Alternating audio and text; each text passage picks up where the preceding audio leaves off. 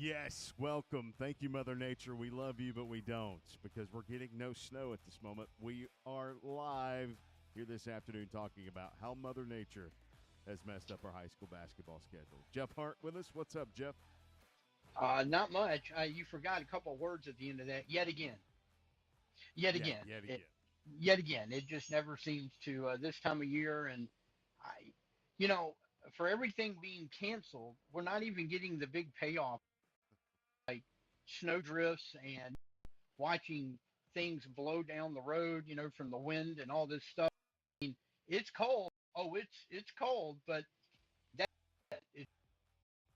I mean, where I'd like to be right now? Well, in about 3 hours, I tell you where I would have loved to have been tonight. A nice warm gym with about another 1,000 people. Um, to watch some basketball. Uh, I'm not going to get that opportunity. Hey, that would have been absolutely just really fun because that means that we don't have to reschedule anything.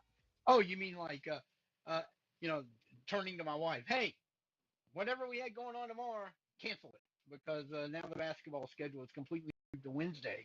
A few games to Thursday, I think one to Saturday, if I recall. So they're going to get it in, and like, it's hard to criticize the officials that have to make these decisions, but you know, as we sit here at 3 o'clock in the afternoon, there's like nothing but cold. That's it. Nothing There but would be no cold. reason. And, when you talk about basketball being moved, we've got, let's see, there is one, two, three, four, five, six, seven, eight of those games have been moved to tomorrow. Of course, the tip off is at 6 p.m. And you, you have the story up on Access right now. And I think one of the key things is there were some good games on the schedule for tonight. There were a few good games. You had I think the marquee game, if you want to look like, since we're in the middle of region, teams jockeying for position for region and the region tournaments and possibly getting an automatic bid into the state tournament if you win your region. At least we think that's the way it's going to work. Not really sure. Certain for 3A below, but the marquee gap matchup was North Forsyth girls. They're ranked number one. They're undefeated in Class 6A, and they were heading to Lambert. Now they hammered Lambert in the first meeting, but that was in Coal Mountain. So now they have to go down there, and only one game separates them. So that was kind of the marquee game on the schedule. The way I saw it, there were a couple other good games. I mean, uh, what? Let me look here. Central Gwinnett at Buford, that was going to be pretty decent. The White County girls at Chestatee, which now that's being moved tomorrow, and we still have that on AM 550 We do. and FM 102.9. Okay, We so do. that game will still be on radio. That's a key game in 6-3A because White County now finds themselves tied with Pickens, who had just been blowing everybody out of the water, and they got knocked off by your alma mater, the old Lady Tigers there from Dalton County. How did that happen? It's just a good No night offense for to Pickens, a Dawson. good night for Dawson. Yeah, no offense to Dawson, but Pickens was really solid there. But I think we kind of all figured they had been challenged, but we kind of figured they were probably going to go through undefeated. So that was a huge win for Dawson, and it gives a little hope to everybody that they can be taken down. So that was going to be a big game. There were a couple other on the schedule. Some of those games have been moved, so now I'm trying to figure out where they were. So um, I'm trying to figure out where the rest of the schedule went. It's kind of nuts with all the moving around, but there were some good games on the schedule. That's going to be tomorrow night. GAC at Dawson. We mentioned Dawson. That's going to be a big game on the girls' side. You were talking a little bit about that no foe Lambert game, and I know that that's an opportunity for the Lady Longhorns to jump into a tie with no foe. But that first game was 62-36. It wasn't much of a game. I don't know if it's going to be much of a game coming up when they play tomorrow, but North Forsyth just playing outstanding right now. Well, they are, and the only reason I say, I'm not putting it on an upset alert, but that was early in the season. Lambert has really played much, much better than they were playing early on. Um, And it's hard when you've won 19 in a row, like North Forsyth. You know how difficult it is to go through a whole season undefeated. I mean, they had a great year last year. You're going to have a letdown somewhere. This might be the only game in the region at Lambert um, that maybe do they have something to worry about? But I agree. I think the Lady Raiders. I mean, coming off a state runner-up finish last year, got most of their players back this year. Uh, can they make another run? I certainly think they can. Although 6A has been consolidated a little bit when you talk about 7A and 6A being so it's going to be a much tougher playoff field than they encountered last year. But I think they're certainly capable of making a run. But I'm just going to be curious about that game to see if they can another 26-point win, or will Lambert make it closer being at Lambert this time? Well, this is the time. I mean, here we are, middle of January. We're actually past the middle of January, so it's time to start moving, and these teams want to move. And when you throw two Forsyth County teams into the mix, there's a little bit of rivalry going on there. You want to beat, your cross county rival or your cross county uh, friends that you've played together for a long time, in park and rec ball and stuff like that. But will it happen? I don't think it will, but it could happen. And again, I don't think it will. The other thing is these playoff postseason rankings. These are very interesting at this moment. Now, when you look at what Jefferson did to Bluff on Friday in that triple overtime game, was it Oh triple my double? gosh, what a double overtime! Yeah, double overtime game, and you see how Jefferson has improved. Wow, that's going to be a run down to the end on the boys' side in that region. That the football side of it was really good. The basketball side is even better. And I was fortunate. I got to see Jefferson against East Hall last Tuesday, and then I got to see Jefferson at home with Bluff on Friday. Both games were very similar. Jefferson is not real tall, but they're very physical. They play great defense. They have a way of just kind of making you play their style, which is we're going to be in your face, all five defenders, and we're going to make you make a perfect pass every time. And we're going to make you work and really work. And they're very physical. They can jump, they're quick, and they put a lot of pressure on you. And, they forced Bluff, well, two best players on that night, which were Boston Kirsch and Tyler Underwood, both fouled out Yeah, that was huge. in the fourth quarter Yeah. because there's so much pressure being put on them. Um, yet they still could have won that game. Of course, they were also playing without Cooper Glover, and that turned out to be a huge difference because Yep. they were the offense, even though they scored whatever it was, 85 points. The offense didn't seem quite as fluid on Friday as we have seen them, like certainly during the Lanier Land Well, it tournament was like and some of the other. 26-24 something at halftime, right? Oh yeah, I look. It was 17-17 midway through the second. I'm like, wow, we ain't gonna hit 40 points in this game, and it was just such a defensive battle. Really like Jefferson. I mean, they kind of had the slow start. I'm not gonna say that their football players are different. They have depth. They play 10 guys. All of them play defense. They're all physical. So that's a depth.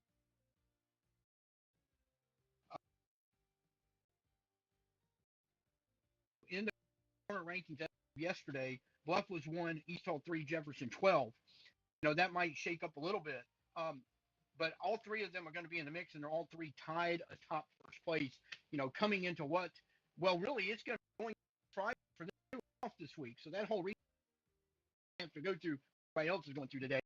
But I tell you what, starting Friday, it's going to be a slam finish to the end. And girls way when you look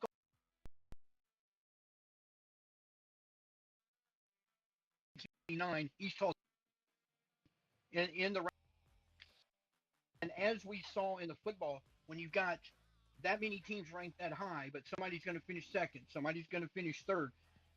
And talking to a lot of the coaches on the 8-3A side, they are not real happy. They all see a similar scenario happening to them in basketball that happened in football, where you could possibly have 3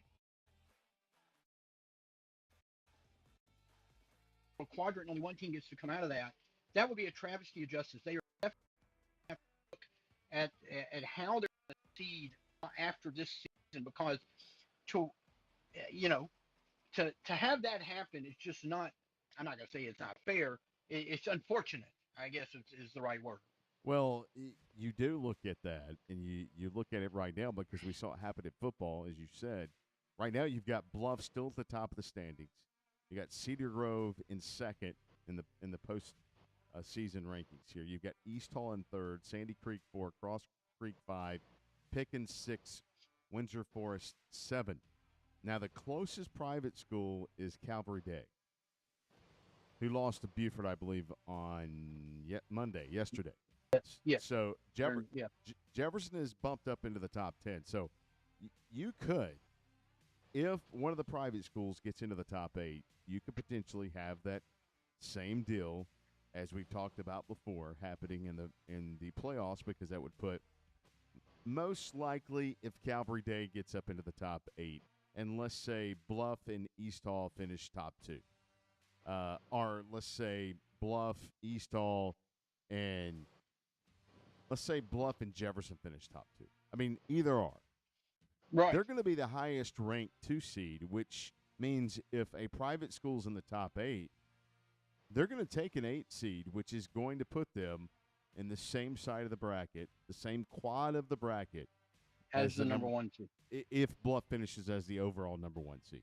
So right. You're just going to have vice versa what happened at football. Jefferson overall number 1 seed. Cherokee Bluff was the highest ranked 2 seed, so they finished in at 8. So right. we saw that. And I don't, and even though Bluff lost to Jefferson on Friday, they still retained the number 1 spot. They're still, they're at .895, and number 2 Cedar Grove is .883. Yeah. That's somewhat of a cushion when you when you look. I mean, it's close, but they would probably have to lose another game or two, and Cedar Grove would probably have to go on like a 5 or 6 game win streak to overcome that. So I don't know that I see Bluff dropping out of that. So it's definitely going to create an issue, and it's just really going to be unfortunate. 6-3A girls might have the same problem, because you got Pickens at 1, White County at 5, Chester 7.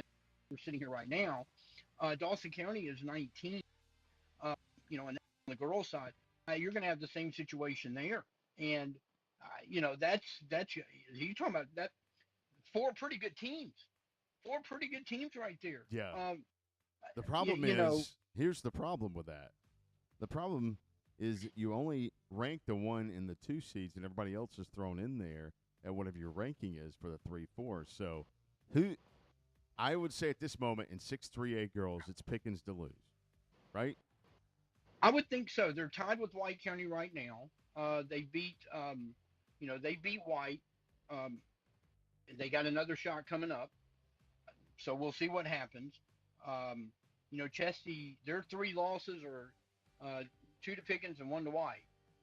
So Chesty's beaten pretty much everybody else. So you got to figure they have a shot to kind of at least finish 3rd in that region. So that's a beast. I mean, that is a gauntlet. It is. No matter who you are in that region, and so it's going to be tough. I just, it's just we weren't sure during football how this was all going to work out with the postseason rankings. So to see that happen, particularly to our area teams, was really disappointing. But like you said, there's almost no way around it when you look at how they are structuring the seedings. So, and I've talked to several coaches in the last few days about this, and it's unanimous, Bo. It is unanimous. We'll have to see how much sway the coaches have when we go to the off season, but they are unanimous. I have not found a coach yet that said no. Leave the seedings the way it is. Every single coach says they need to seed it.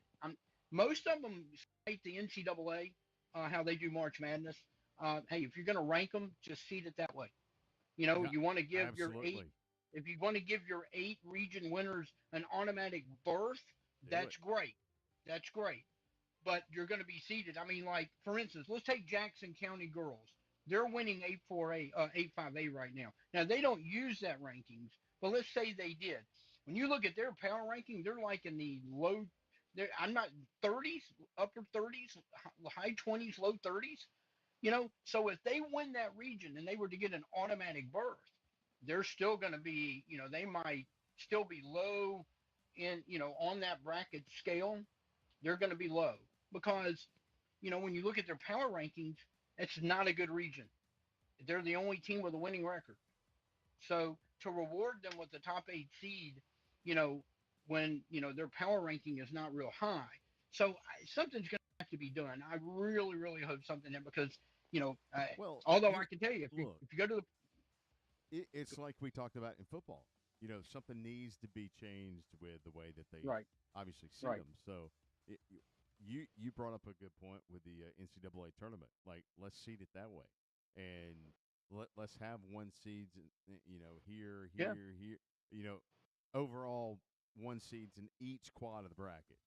Each part of the bracket. Just have a sure, one seed it out. Absolutely, that would be that would make for some drama. It would definitely make for some fun, and it fits high school basketball. Like, it it, fits basketball to see the tournament out like that.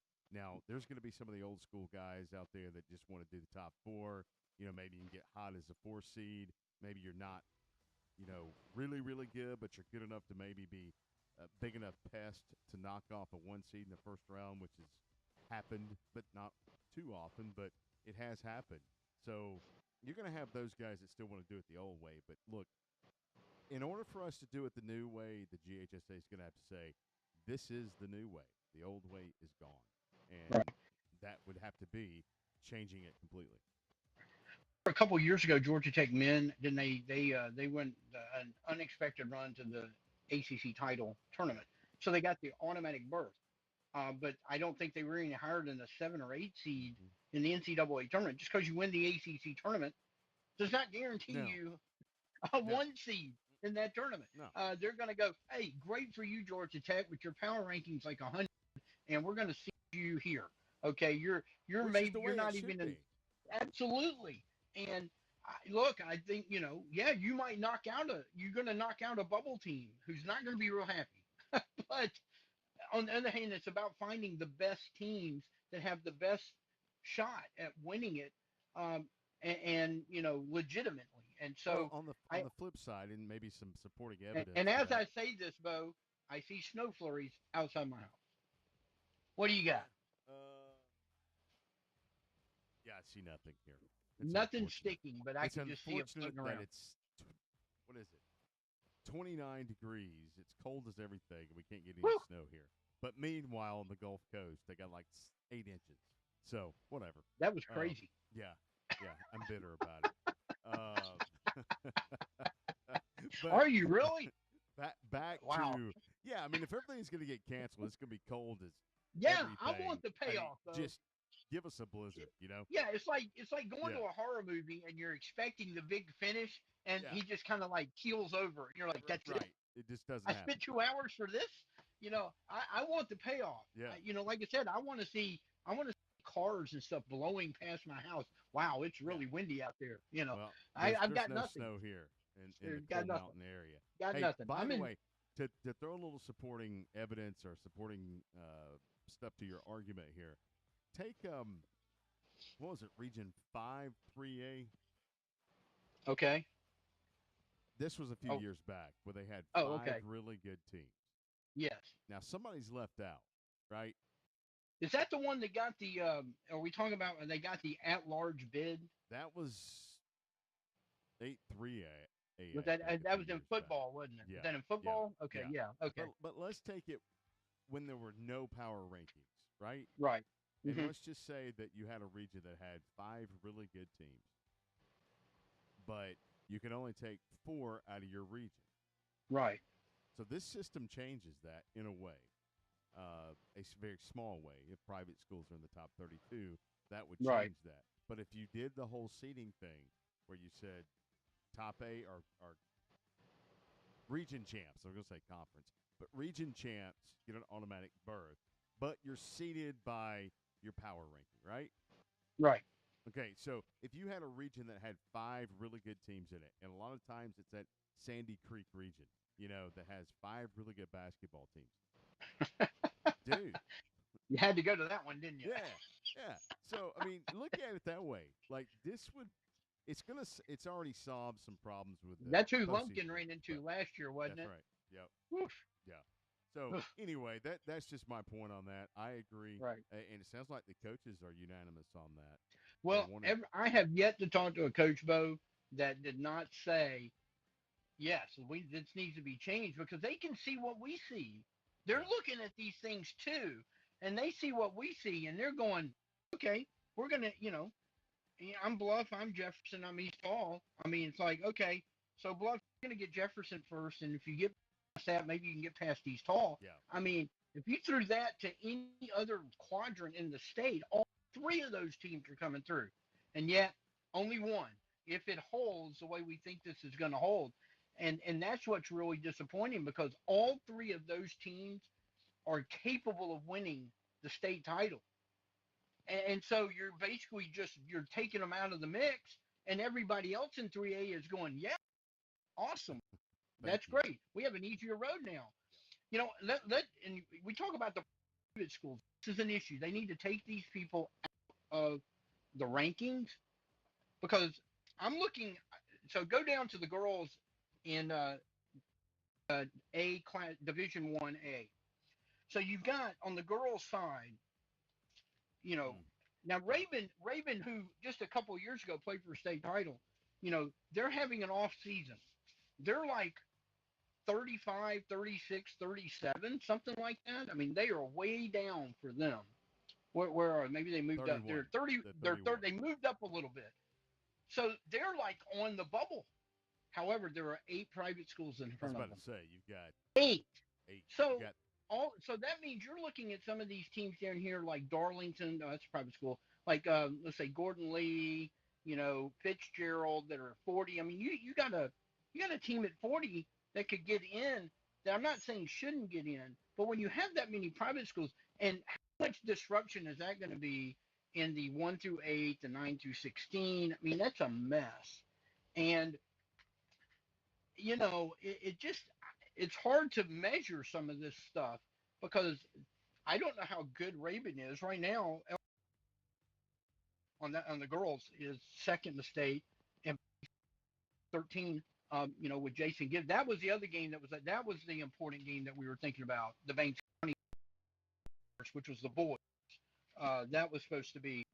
And when you look at that, you got Raven is 2, Banks is 20, Commerce 22.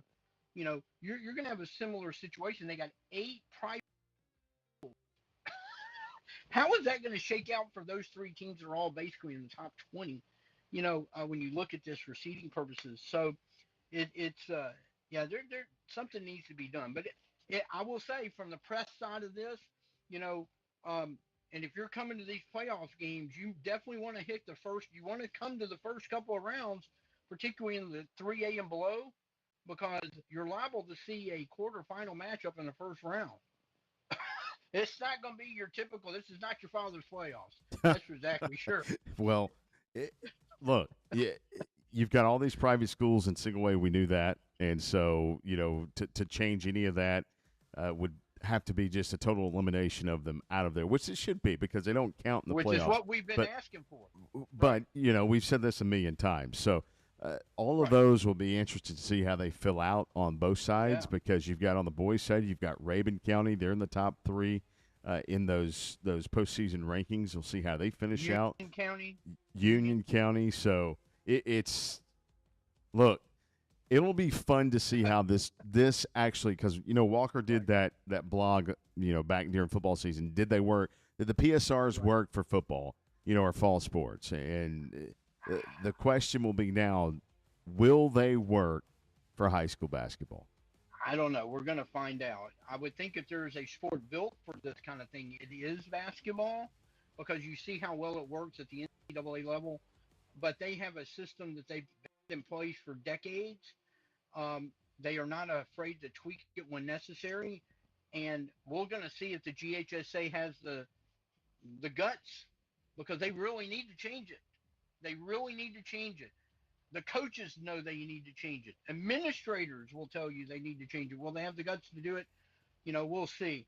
But I've been meaning to ask you because we've been out and about now since Lanierland watching a lot of the area teams. Is there a surprise team in your mind? Ooh, What Caleb been your asked me biggest that the other day. positive surprise team for you? Caleb asked me that same question on his show the other day. Surprise team.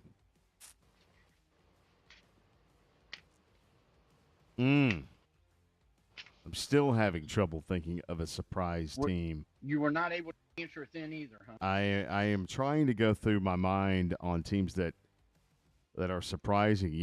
Rabun County girls are a little surprising just from the standpoint of they're down a bit. Well, and I talked to Dee Dee today about it, and look, we knew they were going to be young coming into the season. They graduated a lot. Some of the players, not to out or anything, but they just haven't hit the level that I guess that program is used to, because it is. I keep having to do a double take every time I look at these rankings. Where's Rabun County? Mm-hmm. Where's Rabun County? But I look, they've got some great young players. So look, if it's gonna click and it starts to click now, you're gonna be in great shape. Yeah, and I would say, I'm not going to say they're a surprise. I'm not going to say there's I'm not going to say there's a surprise, but the way Jefferson has improved, the boys' side, the way they've improved. Man, they went through a gauntlet last week. They had East Hall and Bluff. Both of them on the road. 1 and 2 on the road. Well, Jefferson was at home. The Jefferson Bluff game was at Jefferson. Okay, at Jefferson. Okay, so you look at those games and the way that they played those games, because you and I had heard a lot of other things about how they were doing, what was going on, and all this kind of stuff. Me and you, we had conflicting scouting reports. Yes, you did. and so, and I'm like, I know how Coach Morris is and how he coaches, and we know his teams are going to be physical. We know his teams are going to get up and down the court. And last year wasn't a typical Jefferson year for them. Nope. And to see them make the improvement from game one up into through the Region 8-3A gauntlet, playing East Hall and Bluff in the same week, they're going to be a team that is going to compete for the Region 8-3A championship. Not only that, I think once again they will get in the playoffs. Nobody's going to want to play them, and I can tell you right now that talking to Coach Morris after that game the other night against Cherokee Bluff, he's like, and we still haven't even hit where I think could be. So when they get there, really look out. Boy, they are fast out on the court. They can really jump. If they make shots, they're tough. They play really good defense. I mean, really good defense, Bo. I mean, Boston Kirsch put up, a fantastic game, but they kind of held everybody else down. Tyler Underwood had 12, but I think he only had 4 after the first quarter. So, he hurt him early, and then they put the clamps on him. I would say they're definitely up there in probably from day one to now most improved. Habersham boys have been ranked top 2, 3, 4 all year. Did we see that coming? Kind of, sort of, because of the amount of talent that Coach Yancey had coming back up in Mount Airy. With the big man, JoJo, with him back, and then a few Enzo back. I mean, you had a lot of key players back. Right. But we're talking all the 5A, which is you got Milton, you've got Gainesville. Look, you've got listen, some great teams in 5A. I have seen Milton in person. Okay. And it is of my belief that Gainesville can beat Milton. Now, that has to be a really good game for them. They're going to have to be Hopefully scoring. Hopefully they're listening, Bo. And I think that region is going to be interesting when you get into the region tournament, just from that standpoint, because right now it's trending, Milton, Gainesville, everybody else. So you're obviously going to see that when the region tournament happens, and how that's going to shape up. If it does finish 1-2, then they would play each other in the championship. But I think Gainesville has the pieces, to be there. It's just, can they keep coming together? And that's one of the things. And they'll go on some cold streaks during the game, Right. and they're very streaky. You'll see a 11-0 run, then you'll see the other team, come back and get back in the game, but then you'll see them go on a run or two again. So that'll be an interesting finish in that region. But when you talk about Hab Central in 5A, do I think they have a shot to compete with teams like Gainesville, Milton? Absolutely. Yeah, I think 5A is going to be a fun playoffs on the boys. And I mentioned the Jackson County girls earlier, and the power rankings are not great for them, and that is really not a very good region. But the two previous seasons, I think they had won 10 games, maybe 11 games total. Yeah. They're 14-6 this year. Yeah, I mean, what's going on? Yeah, boy, they have really got it cooking over there, and haven't seen them. So, until you get the eye test, you never really know about anybody. But, I think that's a very positive thing for the area, to see Jackson County competitive, certainly on the girls' side. That definitely put them in the surprise bracket. I would think so. I definitely would think so because they haven't been very good, no offense. But, so that's a positive for the area. I think maybe if I did have to pick one, maybe that's the one. I think that there's a lot going on in our area.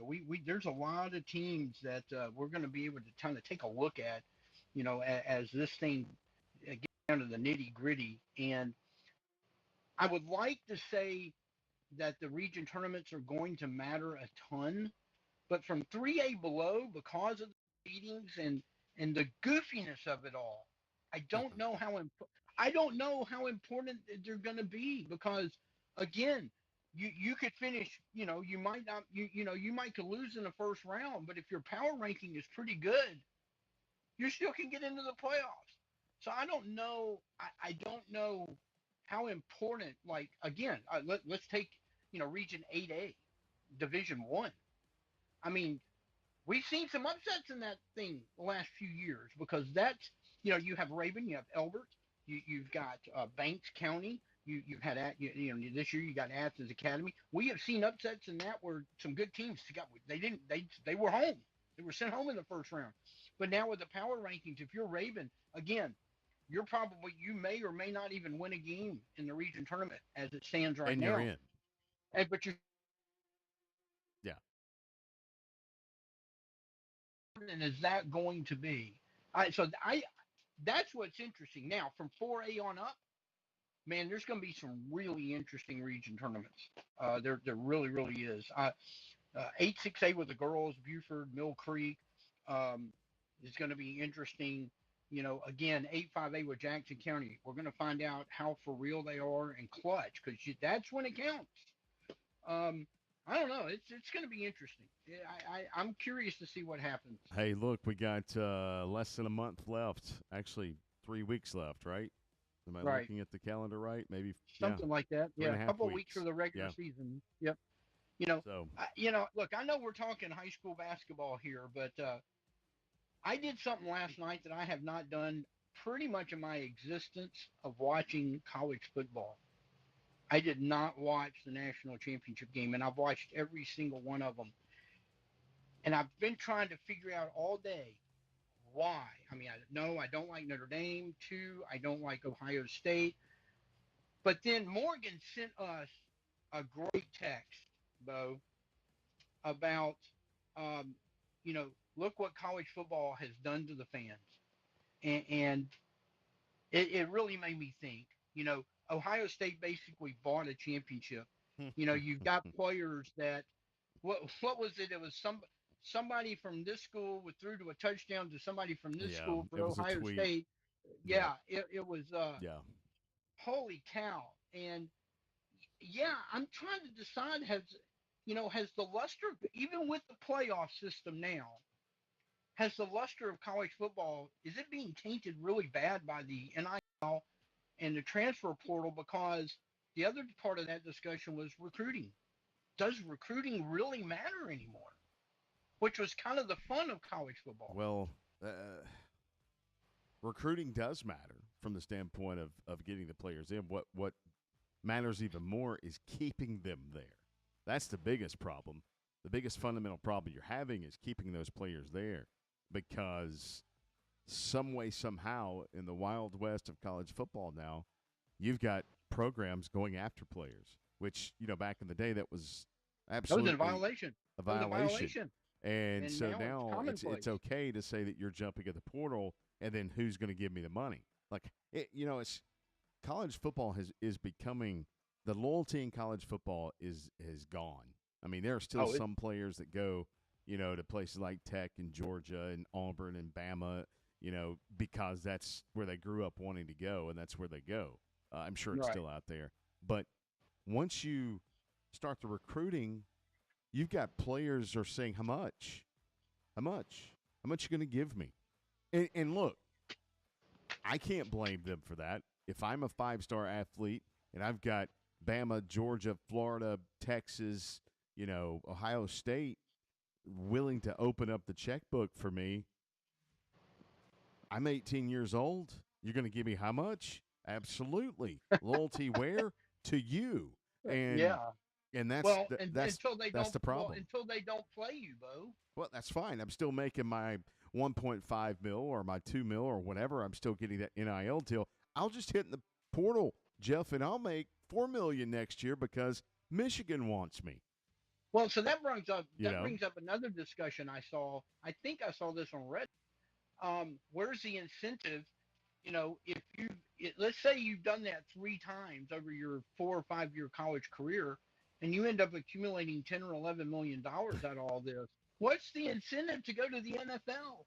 Well, I mean, there's incentive. I mean, seriously. Well, no, I mean, seriously. I mean, look, what's the lifespan of the NFL player, as far as playing years? 4? About 4? Unless you're a quarterback. Well, was it 1 now? If you're a good quarterback, you're going to get about age 38. I saw an incredible story on the Cleveland Browns because, with Deshaun Watson, being from Gainesville, we try to keep up with Deshaun. I think the Browns in 24 years of this century, they've had 25 quarterbacks. 25 quarterbacks. 25. Yeah. Something like that. I mean, it is insane what's going on out there as far as what they're looking for. Yeah, you're Patrick Mahomes and you're the guys that Tom Brady's that stay forever. I don't. That's going to be the long gone. I mean, I think if a guy stays 5, 6, 7 years, it's going to be amazing. You mentioned what was the incentive to go to the NFL. I mean, obviously there's incentive because if you are good enough and you are drafted high enough, you're gonna get 10 times that with a signing bonus in the first round. Are they working hard enough? I mean, who knows, man? That's the biggest thing. Right. There's the incentive, but then again, once you've already done all that, you kind of lose your edge to I need to work harder to get there. I'm already here. Look, I'm already here. I saw somebody post on. I saw somebody post on Twitter yesterday, 30 mil versus a $3 million roster, hard to beat. Now, I don't know if Ohio State's roster is 30 mil. I have no idea. And I have no idea if Notre Dame's is 3 mil. It sounds kind of low to me. Yeah. But the gist of what they're saying is that perhaps Ohio State's the New York Yankees payroll of college football. Oh, I definitely think so. Bear Bryant's houndstooth cap is flipping over. It's doing flip-flops in his grave right now because you can only imagine what a guy like that, or Ara Parsegan from Notre Dame, some of these old coaches, Woody Hayes and Bo Schembechler, if they had been able to have the resources that's available out there now, oh my goodness. I mean, well, I don't know. They're just. Let's go back with that a little bit. If they were able to get away with it in public, they would have done it more. I mean, basically now it's. Look. There's no doubt. Yeah. I've said this because everybody knows I'm an Alabama fan. I'm a Georgia fan too, but I'm an Alabama fan. I grew up there, and I know for a fact that Bama bury players because that's how the system works. You would look on those sidelines back in the 70s, though, there was 140 players on the sideline. Okay, you run out of numbers.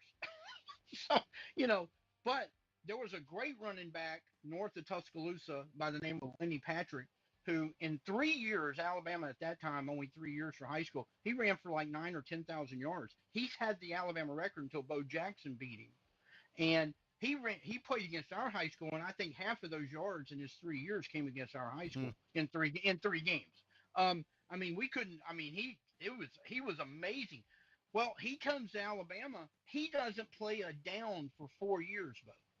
They gave him a full. He couldn't beat out Major Ogilvy and some of the other guys, and he never played a down for Alabama. And if there He would have would been have a portal, started.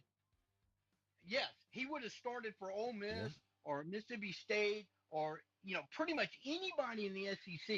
He never saw a down in Alabama, and that's what those guys did. I mean, that's what the great coaches did. Hey, Bo, I know you'd be a 5-star offensive lineman, come to Alabama, and we're going to pay your 4 years. Yeah, you're going to have to, and you never played, but you could have gone and started somewhere else. But they give you a 4-year ride in Alabama to bury you on the depth chart so that they don't play against you.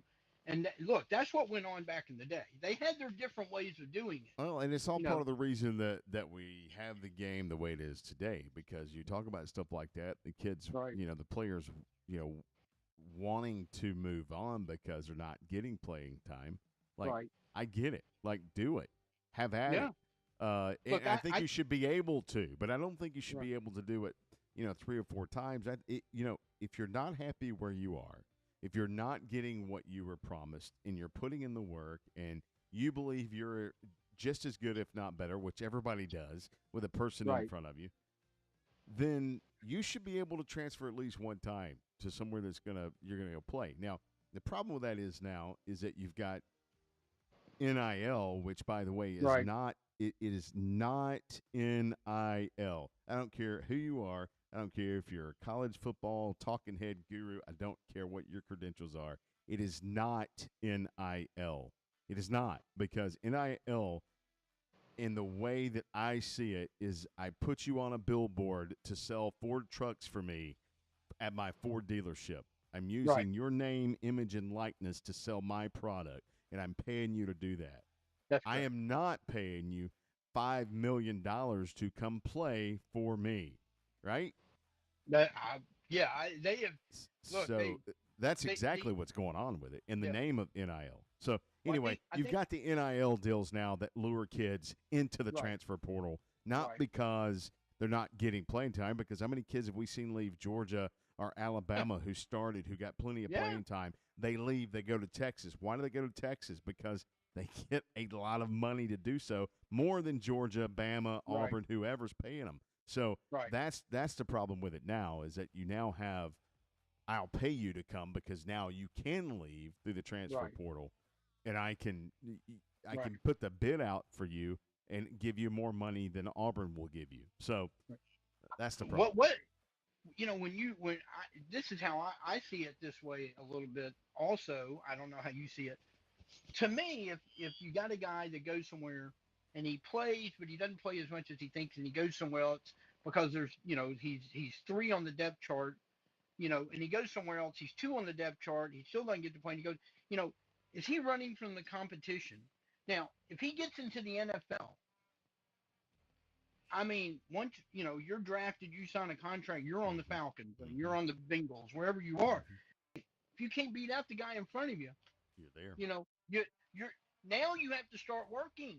Now it's so. What kind of a message are we teaching the kids today that if you're not real happy, son, look, you can go somewhere else. Go, I just think that's a bad message for life, because there's competition in everything you do out there. I think you can put those in 2 different categories. I think you put you can put the Damon Wilsons in one category, who's looking for more money. You can put the what was the kid that transferred at Texas? Was it Caleb Downs? Caleb Downs. You can put Caleb Downs in there with that. They get more money to transfer. I mean, Caleb Downs went from Alabama to Ohio State. Right. Okay. That's who I'm talking about. Yeah. Is that who you're talking about? Okay. Just put those in there, and then you could put the other category of the guys that aren't getting the playing time that they thought they would get, but they're not getting the NIL deals like Downs or somebody else would get, right? So you got two Right. different categories. You've got the big money category, and you got the woe is me. I don't want to work as hard, so I'm going to transfer, right? So you Right. got those two. Right. So yeah, I think you could put those in two different categories of players that think they are better than the number one at their position, but they're really not. So they're going to go Right. somewhere else. And granted, that might work out for them, and it has worked out for a lot of players who didn't get playing time at Bama, but decided Right. to go to or Florida, and they get good playing time. So Right. Right. Right. again, I agree. I am for the transfer portal in one aspect, and that is one transfer. And then on top of that, I really believe Right. college football has to get a handle, which I think it's probably too late because lawsuits will come. Lawsuits will come after Oh, they try to of fix course they will. the Of course. NIL. And Well, the again, NC, it won't happen. the NCAA really allowed this to run by. I think me and you and Caleb, maybe Morgan. I don't know which one of us all had this discussion a while back. That they had the opportunity, uh, to kind of set the boundaries on NIL and the transfer portal, and how it was going to work in a way that would be fair for them, fair for the schools, and everything. But they punted. They decided, we don't want to mess with this. And so this is what happens when you don't, if you're an organization and you don't take control of your product, so to speak. And I don't mean it in that sense, but the product being college football. The players today will come and go. There will be new players. Those players will come and go. So what what is the sport going to look like in 25, 30, 40, 50 years if it's even still in its form? And college football, I've got a couple of friends, and I've talked to you about one of them that had not followed college football until the last 3 or 4 years. So he's trying to figure out why do they vote? What is this? Why do they? How do they figure? I'm just like, dude, this is 100 years of you're going to have to go to the library.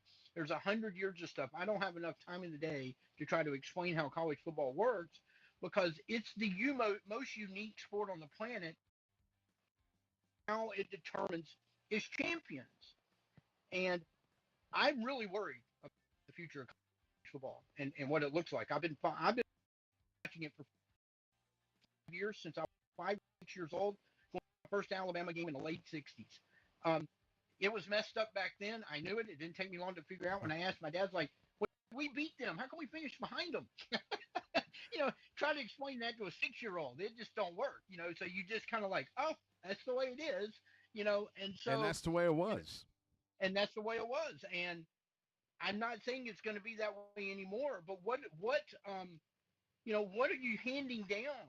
Because the how the sport is being managed and run and what's being allowed, I just don't see it in the long term being sustainable. Well, in here's any the way. thing. Here's what I think.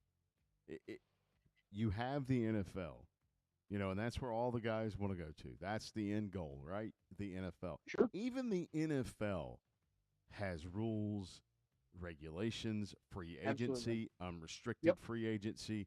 They have salary caps. They have this. They have that. Even the NFL has that.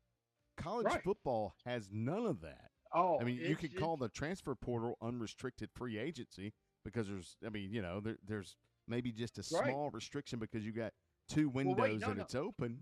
You can't. You got to throw out unrestricted because in the NFL you have restricted and you have unrestricted. Right. In college, there's just free agency. Absolutely. There's just There straight up free agency. There's no restrictions. There's no restrictions. There's zero restrictions in other than the portal's open this date and this date. I think hopefully they're going to go to just a one date after in January next year. But you have that deal. So there's no regulation on this, like none. So we went from Todd Gurley getting a 3 or 4 game suspension for selling his autographed gloves. Can we get those back? Can we go back and replay those games? Yeah, we go from ripping that season. We go from ripping the Heisman Trophy from what's his name out in USC, Bush, Reggie Bush, Reggie Bush, to to this. Like, we go Right. from this regulated, college football, which to me was dumb from that standpoint because I believe that is NIL right there with Todd Gurley. Right. Absolutely. Absolutely. So, what Reggie Bush did, whatever that was, is it's now legal under the new rules. But we go from that to this. So somebody is going to have to step up, and I vote for Nick Saban to become the commissioner, to step up and set college football in a better direction when it comes to NIL, paying players, transfer portal, and whatever else there is out there that needs to happen. If not, it's like Morgan said in the text, it's just NFL light. Yeah, That's oh, what yeah. college Oh, football is. yeah. A minor Absolutely. league I mean, system. Yeah. Yep. Morgan was spot on. We both thoroughly enjoyed that text. I wish I'd have written it. Yeah. Yeah. So I but think hey, we all look, were thinking it. He just put it down in words. That was great. I did watch it, Jeff. I did watch the national championship game. I did watch it and pulled against. I will not say rooted for, but pulled against Right. the Buckeyes and Ryan Look, Day. Full So- disclosure, I was rooting for the earthquake to swallow the stadium. I know it was in Atlanta, and I know it was Mercedes-Benz. We can just rebuild it, right? Yeah. But just take them with you. That was like my So that's worst where the nightmare. difference is between you and me. That was my is- worst nightmare of a college football playoff championship right there. Notre Dame, mortal enemy to Alabama, despise them with a passion. I don't like the beard, and we know who we're talking about. Ryan Day. Don't like the beard. Yeah. Don't like the beard. Don't like Ohio State. And, to watch how the whole playoff thing worked itself out just upset me a lot. I mean, the four teams that get the bye, they went 0-4.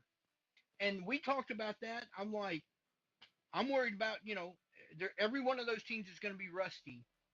And you look at the teams that they may have to play. You give Ohio State against Tennessee a chance to work out some of the bugs. You give Penn State an opportunity to work out some of the bugs. I don't You think get for Texas- Georgia. I don't think it would have made a difference. Maybe not. I think it helps I don't know. Georgia to be able to get Gunner a little bit more ready. To step in such a large Right. stage at that point. But personally, for me, just watching the game, it was kind of just a, ditto from a few of the other games during the season. So Yeah, Georgia just, I think Georgia's 3 plays from being undefeated when you kind of look at some of the sequence of events and how some of the things unfolded for them during the year. Might it have been better that they lose that game to Texas in the SEC championship game? You still would have gotten a couple of weeks to get Gunner ready, but he also would have gotten a game under his belt, which might have actually been better than just the practice time. So I don't know. In the old bowl system, you had the 14, which is the most recent length of time. So there was going to be some rust from both teams. They were going to have to feel it out for the first half of the first quarter, and then both teams were probably going to settle into what they do and how well they do it. But you did not have that here. What you had is you had 4 teams that had been able to stay in a rhythm and a groove, and 4 teams who had been off for a month. It makes a difference. It really does. I don't see how it can't. I'm not saying it didn't for some of them, and maybe it did, but regardless, that's what we got, and I'm sure they'll tweak some of this, coming up for next season, and hopefully they will. But can we get the GHSA and the NCAA together so that they can tweak their systems together? Maybe they can inspire each other to do the right thing. Well, maybe so. Look, want to say before I copied the graphic that I put on the show today of the high school basketball schedule for Wednesday, which I will show you right now if you're still watching. I need to add the Pickens Lumpkin game to that Wednesday schedule. It is they are playing Wednesday. We still have no word from Gainesville yet on what they do, and the reason I mentioned Gainesville, that's one of our radio games this week. So talked to Adam Lindsay earlier today, and they are waiting on Fulton County to make a decision on if they are going to play tomorrow. And so if Gainesville plays Chattahoochee tomorrow. We'll have that game live for you on 94.5 FM The Lake. By the way, we'll have the Chestatee White County game live for you tomorrow night from one of the Lynn Cottrell buildings in North Hall area. I believe that was Lynn Cottrell East. Is that what it was? Sure, North Hall, sure. North Hall is north. Lumpkin is west. Chestatee is east. Sure, we'll go with that. Absolutely. Anyway, we'll have that game for you live on AM 550 and FM 102.9 Kind of confusing, though. tomorrow. Kind of It is. confusing. And here's a snow alert for you. There's no snow here. So there you have it, folks. It's still very lightly, but snow, the flurries are falling, but nothing is it doesn't hit the ground. Oh, well. All right, let's get out of here.